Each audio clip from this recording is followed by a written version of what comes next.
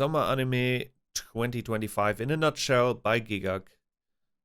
Anime. What the hell, man? Of course, during one of the most busy periods of my life, you drop one of the most stacked seasons in years. I mean, just look at all these shows. Normally, I try to blast through the sequels as quickly as possible, but it's kind of hard this time because, like, half of this chart is high-profile sequels. Obviously, we've got the continuations of shows that didn't finish long ago. Dandadan, Kaiji number 8, Sakamoto Days, Dr. Stone. Dress Up Darling is back with the best girl in anime. That sentence was made with absolute zero bias. I don't know how they did it, but it looks like Cloverworks have upped the quality on it in the general animation of the season, and considering how much love they put into certain scenes in season 1, this could be shaping up to become the Sistine Chapel of Gooning, along with the Sistine Chapel 16 Chapel of Gooning. I have not watched My Dress Up Darling, but that was some fantastic animation. of vibes.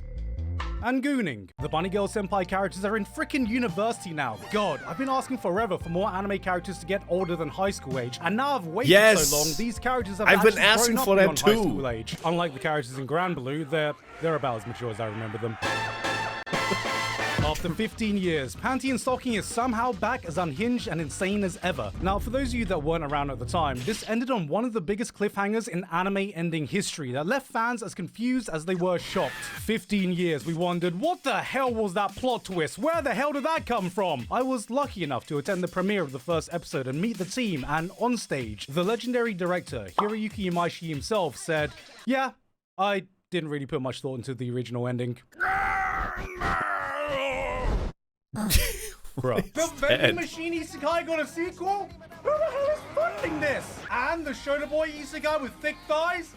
Who the hell is funding this? Actually, don't answer that question. Then, we got the sequel films to two of the most popular anime IPs of modern time, Demon Slayer and Chainsaw Man. Some of the most highly anticipated, high-profile films right next to, what is this? Ban, the boundary of adulthood? Oh great, another isekai. Whose bright idea was it to add yet another isekai to the world of anime? I'm pretty sure that's not even a real name. Yes, if you haven't heard, I'm making an anime short film. It's a real anime. See? What? It's on my anime list. That means it's anime, guys. For anyone He's making his own anime? That has always been my dream. I mean, not really. Not always been my dream. I would say it has been a dream of mine for like 2 years. A new, very recent dream, but it is possible. He's doing it. But if not him, who else? That's so cool for him. I agree. Like, if you watch and consume so many animes for so many years, he's probably on like a PhD level when it comes to anime now. So that is really cool for him. I agree. And he probably knows everything about isekais to create the perfect one. That's really cool. We're gonna get there eventually. Now I'm motivated. In Japan, I'm premiering it on the 24th of August at the Ikebukuro Grand Cinema Sunshine. Last few tickets are available this at the link on screen or in the description. He's already premiering it this year. I am also putting it out for free on YouTube next month on this channel, so keep an eye out for that when the date is finalized. We're gonna react to that. For a bit, though. This project has been a dream come true, and I hope that I've made something that even just a few of you can appreciate. This is a passion project completely funded by me, made with the help of so many talented people that I've met in my journey on YouTube. It might not be the most high profile or big budget anime this summer, but it looks clean. It looks like a high profile, big budget anime that will be showing off the fantastic work of my close mate Kevin Penn. Oh god damn it, Rising of the Shield Hero!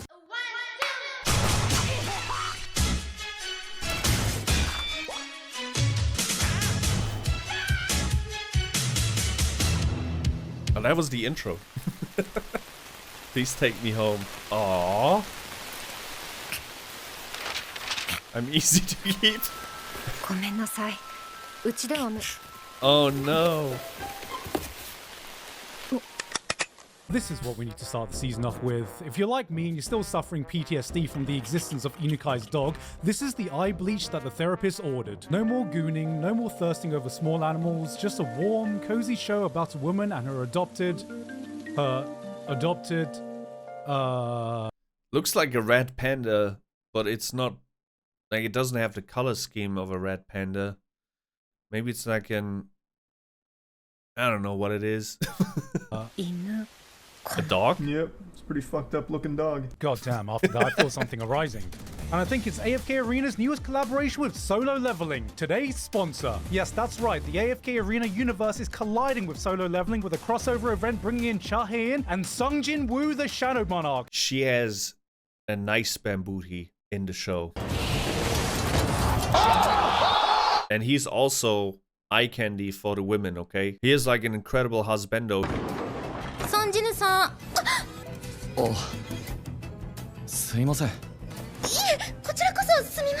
When you log in, this is your chance to bring your aura farming game to the next level, because Sungjin Woo still gets his solo leveling system. His system can turn combat duration into Fucking an infinite cowards. power curve, permanently boosting stats, healing allies, and synergizing with Cha Hae-in. With solo leveling, you can skip the grind with AFK Arena's auto battle team. Just activate Shadow Auto Crusher mode, park your phone, and let Sungjin Woo's Shadow Army do all the work. Honestly, that's a pretty lore-accurate solo leveling experience. There are even more gift boosts. By logging in, you can get 10 free summons daily during the first month, totaling at over 1,000 free summons. Yes, you heard that right. But I know what you're thinking. Is Sungjin Woo really the most overpowered protagonist? Well, you don't have to wait until the next death battle to find out. With AFK Arena, you can settle the debate in-game to have the ultimate Isekai showdown. AFK Arena is already collabed with other anime that have their own powerful protagonists. You can pit Sungjin Woo versus Ainz, Cha Hae-in versus Albedo. Everyone is overpowered, but who is the most broken? And who will be broken? Everyone is overpowered. So, what are you waiting for? Click that link in the description to try out AFK Arena's collaboration with Solo Leveling today. And with that said, let's get back to summer 2025. Even though it's my job to keep up with what's going on in the world of anime, sometimes I get a reminder of just how completely out of touch I am with the adjacent manga community, because prior to now, I had not heard of the fragrant flower blooms with dignity despite it being one of the highest ranked new manga of recent times. It's a new high-profile romance anime, it's comfy, it's sweet, it's about a delinquent boy and a smart girl from rival schools falling for each other Romeo and Juliet style in a premise we've seen all throughout history. Now, real talk. I've gone on record saying that these modern high school romance comfort anime aren't generally my thing anymore. I finished Blue Box thinking that it just started to cook. Even my gold standard for the genre, The Dangers in My Heart, took until season 2 for me to fully appreciate it. Which is to tell you guys that despite the critical acclaim, even I was surprised at how fast this show hooked me. Sometimes there is no secret formula. Sometimes it's just about telling a story and telling it really well with characters you want to root for. There's a soul to these characters I can immediately feel with the way they react to situations, the dignified way they treat each other. They aren't just your tropey romance protagonists, and this is just a sweet story that warms the soul. Add to this Cloverworks bringing some close to movie level productions, and I can understand why this had so much hype going into it. Most of the times it's also depending on how you feel, what is going on in your life, because there are moments in your life where you don't want to watch these, I would say, like bloomy or simple things, right? Like action-based things. There are just moments in your life where you appreciate more complex stories, or you want to feel a little bit sad and you want to avoid all of the lovey-dovey stuff, right? Same with music. There's some phases in your life that you can look back to right now where you listen to a certain type of genre or to a certain type of band because you were feeling a certain type of way. And I think that's the same with anime as well. It remains to be seen if this can top my experience with The Dangers in My Heart, but at least for this season, there is no other romance anime that is even gonna come close. Yes! Yes! Yes! Yes! Yes! This is it. This is where history's gonna be made. The world's about to witness the birth of the LeBron of cucks. Or what's that? You're more of a shonen trash kind of guy? Well, boy, Oh, do we I have watched the show for you. Gachiakuta. Trash man! I throw trash! We watched the first episode of this Studio one. Bones is providing us with another shonen action series with a power system that revolves around literal garbage, with a protagonist that really, really loves trash, with the main plot line where they have to fight the king of trash, who is, oh my god, he's here! Welcome to the city, a place where the wealthy upper class live in comfort right next to the slums, a place where the average Joe is just struggling to get by, separated by this massive wall. Damn.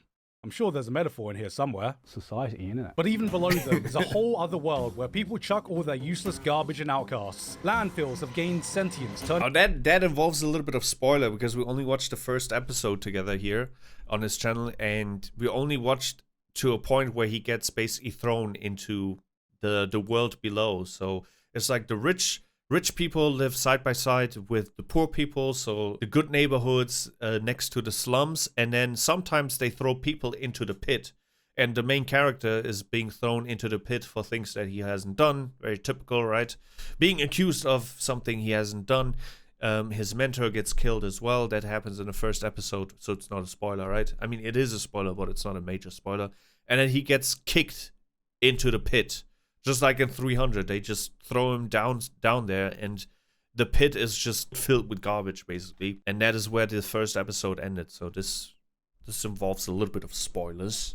I don't mind, though. Turning into eldritch trash monsters, and the rung of society fight with inanimate objects that gain superpowers if they are treated with love and care. Damn. I'm sure there's a metaphor in here somewhere. Society, innit? I've said before that there's a very fine line into what can come off as edgy, and seeing an Anki shonen boy doing Anki shonen boy stuff, to some of you this may come off as edgy, but the whole aesthetics, the monster designs, the brutal setting, the entire vibe of the world itself, to me, this is just metal as fuck, and I'm excited to see how far they take this beyond a boy literally too angry to die. Oh shit, they pissed off the wrong kid, man. He's coming for their ass. He's about to do something really cool. Just wait for it, wait for it. I'll kill you all! Do you hear me? You're all dead! Nah, bro, he's just aura farming, trust. Okay, you want peak aura? Well, here you go. This guy is peak aura. It's kind of brutal. I meant like Aura from Fragrant. Clevatess. Now, this was a show that got on my radar because it's a fantasy anime with a name that isn't a full-blown paragraph. This series tells you from the get-go that it is absolutely pulling no punches. This is a gritty, dark fantasy through and through that doesn't just skip over its world building because it doesn't assume you've seen a million copy-paste fantasy anime before, with production values that aren't to be scoffed at. Out of all the fantasy anime, this one surprised me the most, so I'm putting it down as the dark horse this season. What else we got in the world of isekai and fantasy? I got reincarnated as a waterbender. Let's see what you can do. I'm sorry, I swear I can usually last longer than this. There's another socially awkward anime girl who's so shy she figured out chantless casting and became one of the most powerful mages in the world. I have to try my hardest to not call this Bocchi the Witch, but with the amount of socially awkward female protagonists nowadays, it's kinda just a given because that's right. All roads lead to her, baby. We got another guy kicked out of his party, so what does any man do when that happens in a fantasy world? That's right. Buy a slave and open up a restaurant. What is this? Delicious out of dungeon? Child labor in another world? Fucking rising of the meal hero? Oh, looks like there's another josei romance in a fantasy world. I mean, it looks alright. I'm just not sure I'm the target demographic. 私は姉にプロポーズした人の I will become the bride of the person who proposed to my older sister. Why? な嫁となる I'm immediately interested. There's another kingdom building isekai. I know I've made jokes about some anime feeling like a Civ isekai, but it looks like we've just cut the bullshit now because the main character literally gets transported into a game of civilization. Oh, hey, this isn't an isekai. I'm getting a little bit tired of these MMO type of games, the Sword Art Online types of storylines. It's not a cool theme anymore, okay? It's played out. Can we stop with this? Oh, I was transferred into an RPG and because I'm the main protagonist, I got more abilities, or I have hacking abilities or shit like that. So played out. Guy? This wasn't an isekai. You've got this Sorry. isn't an isekai. Character literally gets transported into a game. I like to see more of this. Oh, hey, this isn't People an isekai. being ran over by cars. This wasn't an isekai. If Gachiakuta wasn't enough to get your shonen fix, we got Tougen Anki. And, well, if the former felt like what Soul Eater was for modern shonen, this shit feels like Blue Exorcist coded all the way, except we've got a power system around bloodbending. Now, we've seen America's take on bloodbending plenty of times before, so I wonder how the Japanese are going to do it. Hold on a second, this doesn't seem right. Lord of Mysteries. It seems like nowadays there's at least one Chinese animation that seems to be sneaking on these lists, and this season, it's this one. This is a highly anticipated adaptation of one of the most beloved and acclaimed web novels to come out of there, and guys, it's an isekai. But we're not isekaiing ourselves to the typical fantasy world. China has decided to isekai us to England? You fucking what? The production Wow, is up there but as it some of the looks best very you can find good. this summer, and that's saying a lot with some of the other shows coming out. My only concern is that as someone coming into this completely blind, they seem to be blasting through this. This is a high concept, dense story with what feels like a bloody rich world, and the beginning throws you right at the deep end and expects you to keep up. It felt a little bit overwhelming. Hopefully things get a bit easier to follow the further this gets long, but this is one I'm definitely going to be keeping an eye on. Oh hey, another anime about some girls making friends. 友達になろう大塚さん A few moments later. どうやら私は君を一人の女性として好きになってしまったようだ Gay girls, isn't it? This season, we got another show that asks, can a girl-girl friendship survive? Probably not. Awkward and lonely pink-haired girl goes to a new school and tries to reinvent herself in an attempt to make new friends, and in the process, unintentionally gets herself a harem of hot girls thirsting over her, even though all she wanted to do was just make... I approve. Girl on girl harem. I approve. Thank you. some... Wait a minute. This is just botchy if she locked in. Quick shout out to friend of Trash Taste Sally Amaki, who landed her first lead role playing a British girl in Japan. Fun fact, she actually hit up Connor to give her a bit of coaching on how to do a British accent for this role. Let's see what Connor's been teaching her. An arcade? Are you going to escort me then? Just a bit of banter. Hey, corporate wants you to make one of those TikTok dance routines for the opening. We need this to go viral. But, sir, I have no experience choreographing TikTok dance. Just shut up and do it anyway. Maybe make them do something with their hands or something.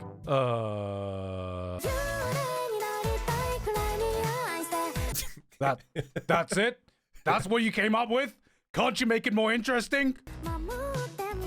This is the thing that made it more interesting. Naked girls dancing, not just girls dancing. No, what I wanted to say is, to be fair to those animators, I think dancing or recreating dancing in animation is just rough. It's very tough to not make it look very choppy. I mean, there are some animes that have pulled it off, but dancing is just very fluid, and you gotta have the budget, number one, and number two, you gotta have the skill to make dancing actually look good in like animation. So they're just doing a little bit with their hands while being naked. That's good enough. All right, good job. You know that old friend you can go years without seeing, and then one day you meet up and it's like not a single day has passed? Oh. Yeah. That's That Kyoto looks animation interesting. every single time. Carrying on the soul of Nichijou, implanting chaos into the mundane with that impossibly high bar of Kyoto animation quality, comes City the Animation. And god, this shit is just crack for my eyes. I love everything about the way it looks. The colors, the energy, the art style. It does look very I just want to unique. surf this aesthetic up in a play and just... Maybe I shouldn't have written that paragraph when I'm about to have lunch. Okay, what's next?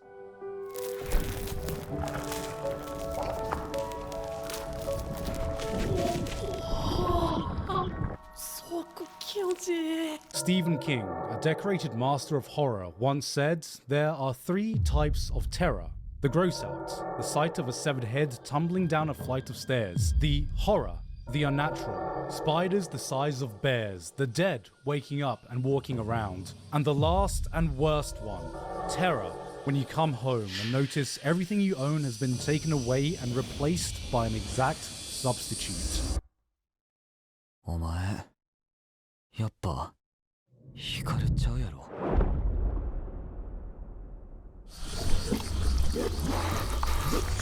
Horror and anime is historically 2 things that don't always work well together, but we might just have the strongest candidate in a very long time. A Summer very, Hikaru very died. long time. In fact, I can't even remember the last time I was so excited for a new horror anime and hyped it up, because actually, you know what, I've never done that before. Because if there's one type of horror I could actually see working in anime form, it's this one. It's not the type of horror that jump scares you or tries to make you squeamish. It's the unsettling type. The one that slowly seeps in, chills you to the core, and follows you wherever you go. The atmosphere drags you in, never letting you get away from this constant feeling of unease. You're side by side with an eldritch horror, unsure where it's going to lead you. It's pure Lovecraft. If Lovecraft was written in Pride Month. And the production values. Man. Cygames Pictures proving once again that they are one of the most exciting new studios out there. And I don't know who the director of this is, but this is some top tier directing and building up suspense and tension. They must have done some pretty damn good work in the past.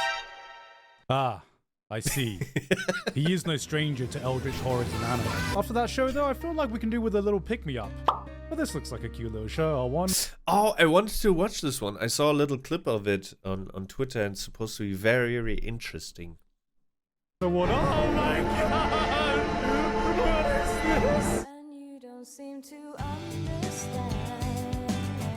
You know you're in for a ride when a show hits you with not one, but two separate content warnings right from the get-go, and honestly, maybe they didn't warn me hard enough because you won't find a show harder to sit through this season than Takopi's Original Sin. This is not one for the faint of heart, and I'm not saying that as clickbait or as a challenge. Normally on YouTube there are some anime where I have to be careful about what I show because some of the content is about to make the UK government check your ID. But this is one of the few examples where if I show you everything, YouTube is about to restrict it for an entirely different reason. This show is heavy, depicting some of the worst experiences a child can go through in a completely unfiltered lens. It'll hit you with a soul-crushing scene you find hard to stomach and just hold on it. This is the type of anime that I'm more interested in watching these days, because not because I like trauma. I don't like seeing kids abuse or anything like that, but they're trying something different. I'm looking for those animes that are kind of like swimming against the stream nowadays, if that makes sense. Because I just watched too many shonen jumps, I guess, and it's just kind of like mind-numbing. Because once you watch one of them, you kind of know all of them, even though they do things differently to some degree. But it's just you know all of them. So I'm more drawn towards stuff like thriller, maybe. I love, for example, Death Note a lot. I loved Code Geass a lot because there's a lot of mind games. It wasn't per se just a lot of action, although they had action, but it's just, you know, it's just who's going to win. You never knew with Death Note, for example. Team Light. That is how you know that you wrote a fantastic villain, is when the audience is sympathizing with him and is rooting for him. The same happens with The Sopranos, for example. You're rooting for Tony Soprano, who is a sociopath and a cold-blooded killer. But you kind of like him. He's very charming. Challenging you to keep watching, keep somehow pressing on, that by the end of the episode you've got nothing left you can say except for just, man. It's the kind of series where you have to switch off the TV and go outside to remind yourself that the world isn't as awful as what you just watched, which may leave some of you wondering why I would even recommend people watch this, and that's because it might not make you feel good, but what it will make you feel is going to be incredibly powerful. This is the kind of media that only comes along once in a blue moon, so yeah, give this one a watch if you want to support your local therapist. In Shoujo Land, we've got the... I just saw a dog, and if it involves dogs dying, I'm not gonna watch it. I can't. Popular, good-looking guy from class falling for the plain, old-looking, ugly girl. We've seen this one before, but interestingly, the English title of this is April Showers Bring May Flowers, which is nice. It sounds poetic. Then I had to double-take reading the Japanese title, which I believe approximately translates to, "Hey, a bouquet for this ugly hoe!" Yo, Japan, chill. She's not even that ugly. Like, I'm pretty sure there are worse examples. Holy shit, they actually did it. Lore accurate Mushoku Tensei. It's official. Ugly bosses have escaped your favorite dojins and are now invading your isekai. Uglymugly Epicfighter. We were Epicfighter. waiting for. Introducing the Vanguard of Virginity, the CEO of Abstinence. Bro has been looksminning since the day he was born. Sung Jin-woo may be the king of aura farming, but he hasn't met the gods of odor farming. At first, I thought this was just propaganda for the ugly bastard apologists, and then I realized with the recent trend of fantasy shows changing up the protagonist formula to more accurately represent what the audience have grown into, this is just the final form of the genre. Finally, the representation we were waiting for. No, the representation that we need. Motherfucker is so powerful he can't even die. He just gets banished to the shower realm. Cute girls do bowling now? Alright, well, I mean, seems pretty decent. It's a form that we've seen before, so you know what to expect when it comes to these kinds of things. Wait, what the fuck? What the fuck? What is this? What the hell is going on? What? Why are they in feudal Japan? What? Why are they on an active battlefield? Oh god, they're using their bowling skills to survive in a nation war-torn area. I can't. This is the stupidest thing I've seen all year. Girls' high school bowling club gets isekai to feudal Japan? Who the hell thought of this idea? Okay, when I said I'm looking for animes who go against the stream, I don't mean like this. That's kind of extreme. This is slander. Oh hey, more cute girls. I wonder what they're doing this time. 今度ガーネットを取りに行こうかと思ってるんだが。 Oh, come on! Finally, we got an anime about rocks. Minerals. And what better way to do that than some adorable anime girls collecting and finding rocks? Minerals. And look, I have no personal interest in rocks. Minerals. But this show is goddamn beautiful. Coming from Studio Bind, it looks like once again they're moving outside of just the confines of adapting Mushoku Tensei, and they said, screw it, I want to make a show about rocks. Minerals. And damn, if they're not putting all their effort into this. I mean, the backgrounds, the animation, woo, the character designs. Oh, Are we sure she's this ain't thick. a baking show? Because that is We need more designs like this. I like that a lot. I don't mean it necessarily in a sexual sense, just like different types of designs for women. And I don't mind having a show about rocks. I watch, we have a show, a channel called Demax, which shows all of these like American shows basically. So one of those shows I love as well, and it's about finding gold. I forgot the name of the show because there are like 3 different types of the same show now. They're just like looking for gold, they're looking for minerals, they're looking for very like expensive stones. And those are very, very interesting to watch. Every single episode starts with, if we don't find 20 pounds of gold today, I'm gonna have to shut down this operation. So it's always either they find something or they go broke every single episode. But it's still interesting to see. To see them finally find something, come across something. I love those types of shows. And if we have one in anime version now, why not? It's different in a good way. some premium cake right there. Look, I might just be interested in rocks. Oh, yeah. No, because I gotta say, that's one attractive minor. You know what? Never mind. Huh? Who's messaging me? Nothing. Let's just move on. I get it now. I was just saying that Minor. this person looks pretty. You know, she looks pretty. she likes rocks. She's a mine. The R sound is both a consonant and a vowel. Open. Relax your mouth and lips apart. Mine. Lady who likes to mine rocks, also known as an M-I-N-E-R miner.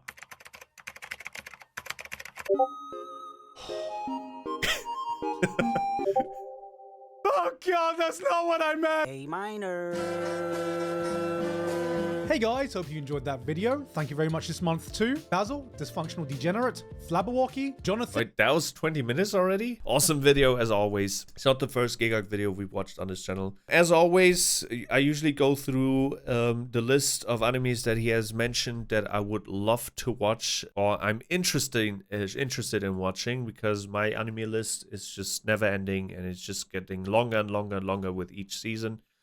This type of anime, why not? It's different. I want to learn about rocks, more rocks, and rocks are nice. Takopi's Original Sin is something that I actually looked forward to watching before we even watched this video. So yeah, that is something that I might or might not watch depending on whether there are animals dying in the show. I don't want to deal with that. What else do we have here? Oh yeah, this one. City the animation. This definitely reminds me of something. Like it definitely hits a nerve and looks very interesting. Okay, so those are the 3 animes, and then the Chinese one. But Gigguk said that it is very overwhelming, and I feel like if Gigguk, who watches 1 billion animes per month, thinks that it is overwhelming, then I think I should steer away from it.